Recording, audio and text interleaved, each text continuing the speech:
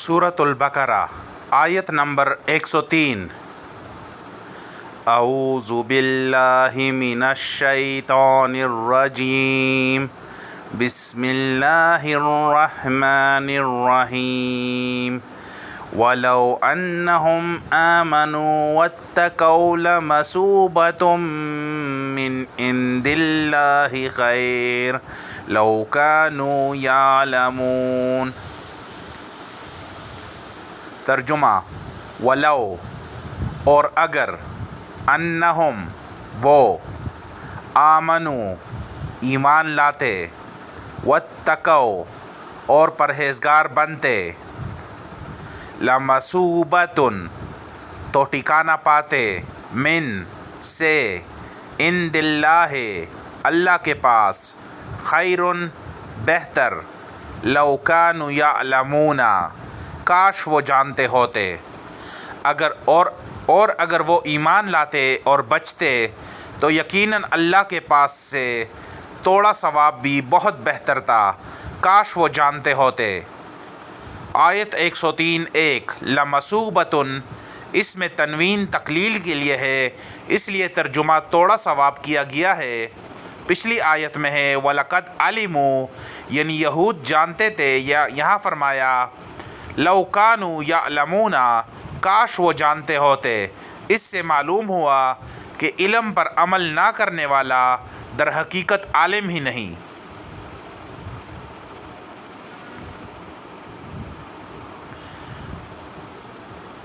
آیت نمبر 104۔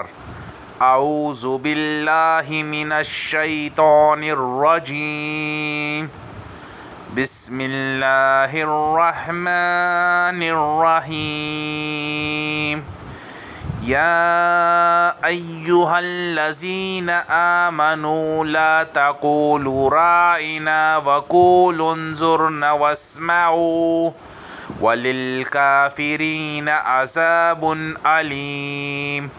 ترجمہ: یا ایہا الذین، اے وہ لوگو جو، آمنو ایمان لائے، لا تقولوا نہ کہو، رائنا وقولوا اور کہو، انظرنا واسمعوا اور سنو، وللکافرین عذاب اور کافروں کے لیے عذاب، علیم دردناک۔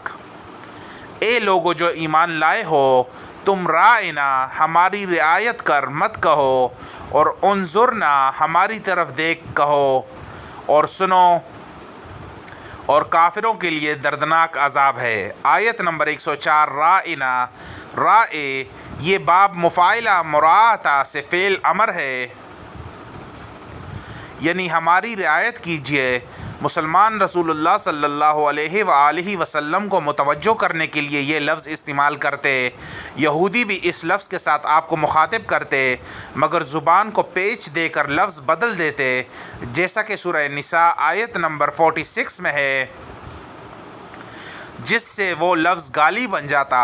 مفسرین نے اس کی دو صورتیں بیان فرمائی ہیں، ایک تو یہ کہ وہ رائنا کی بجائے رائینا کہتے، جس کا معنی ہمارا چرواہا ہے، دوسری یہ کہ وہ اسے رعونت سے اسم فاعل قرار دے کر رائنا کہتے، جس کا معنی احمق ہے، اور منادا غیر معین کو خطاب کی وجہ سے منسوب ہے، پھر آپس میں جا کر خوش ہوتے۔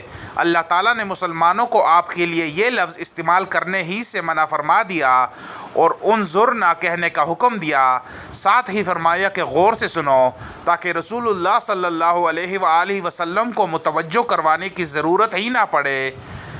اس سے یہودیوں کی دشمنی، ان کی طبیعت کی خست اور شرارت صاف واضح ہے۔ ان کی طبیعت کی خست اور شرارت صاف واضح ہے۔ مسلمانوں کو ان کے اعمال کے علاوہ ان کے الفاظ و اقوال کی مشابہت سے بھی منع فرمایا گیا، جیسا کہ ابن عمر سے روایت ہے کہ رسول اللہ صلی اللہ علیہ وآلہ وسلم نے فرمایا، من تشبہ بقوم فہو منہم، جو شخص کسی قوم کی مشابہت اختیار کرے وہ انہی میں سے ہے۔ ابو داؤد اس آیت سے یہ بھی معلوم ہوا کہ ایسے الفاظ جن میں بے ادبی یا گستاخی کا شبہ بھی پیدا ہوتا ہو وہ استعمال کرنا درست نہیں۔ یہودیوں کی اسی طرح کی ایک اور کمینگی کا ذکر حدیث میں آیا ہے کہ وہ السلام علیکم کی بجائے السلام علیکم کہتے، جس کا معنی ہے تم پر موت ہو۔ رسول اللہ صلی اللہ علیہ وآلہ وسلم نے ان کے جواب میں صرف علیہ کا کہنے کا حکم دیا کہ وہ تم ہی پر ہو۔ مسلم۔ آیت نمبر 105۔ اعوذ باللہ من الشیطان الرجیم، بسم اللہ الرحمن الرحیم۔ ما يود الذين كفروا من أهل الكتاب ولا المشركين أن ينزل عليكم من خير من ربكم والله يختص برحمته من يشاء والله ذو الفضل العظيم۔ ترجمہ: ما یود نہیں چاہتے، الذین کفروا جن لوگوں نے کفر کیا، من اہل الکتاب اہل کتاب میں سے، ولا اور نہ، المشرکین مشرکین، ان کے، ینزل نازل کی جائے، علیکم تم پر، من خیرن کوئی بلائی، من سے، ربکم تمہارا رب، واللہ اور اللہ، یختص خاص کر لیتا ہے، برحمتہ اپنی رحمت سے، من یشاء جسے چاہتا ہے، واللہ اور اللہ، ذو الفضل فضل والا، العظیم بڑا۔ اہل کتاب میں سے جن لوگوں نے کفر کیا، نہ وہ پسند کرتے ہیں اور نہ مشرکین کے تم پر تمہارے رب کی طرف سے کوئی بلائی اتاری جائے، اور اللہ اپنی رحمت کے ساتھ جسے چاہتا ہے خاص کر لیتا ہے، اور اللہ بہت بڑے فضل والا ہے۔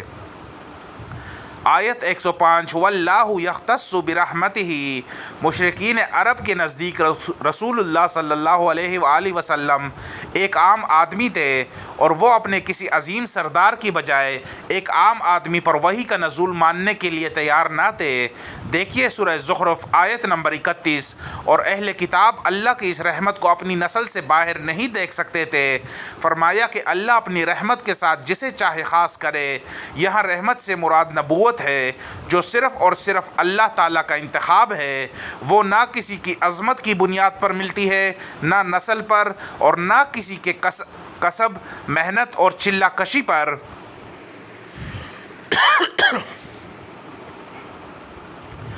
جیسا کہ قادیانی دجال کا کہنا ہے، اللہ تعالیٰ نے فرمایا، اللہ یصطفی من الملائکۃ رسلا ومن الناس، سورۃ الحج آیت نمبر 75۔ اللہ فرشتوں میں سے پیغام پہنچانے والا چنتا ہے اور لوگوں میں سے بھی۔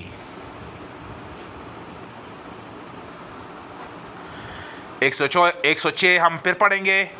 تو آج کے لیے یہ تین آیات ہیں، 103، 104 اور 105 سورہ بقرہ کی۔ ان کو ضرور سنیں، پڑھیں اور اس پر عمل کرنے کی بھرپور کوشش کریں، کیونکہ جب تک آپ کا عمل نہیں ہوگا ہم بہتر مسلمان نہیں بن سکیں گے، اور شیطان جنات میں سے ہو یا انسانوں میں سے ہوں، وہ آپ کے دلوں میں ضرور وسوسہ ڈالیں گے کہ اس کو نہ سنیں، لیکن اس کو ضرور سنیں۔ اس سے آپ کو انشاءاللہ دین و دنیا کی بہتری، اور دنیا کی بھی اور آخرت کی بھی بہتری نصیب ہوگی۔ انشاءاللہ بہت فائدہ ہوگا آپ کو۔ اس چینل کو ضرور سبسکرائب کریں، کاشف مروت کو۔ جزاک اللہ، مجھے اپنی دعاؤں میں یاد رکھیے۔ میں ظہر کی نماز پڑھنے جا رہا ہوں۔ اللہ حافظ۔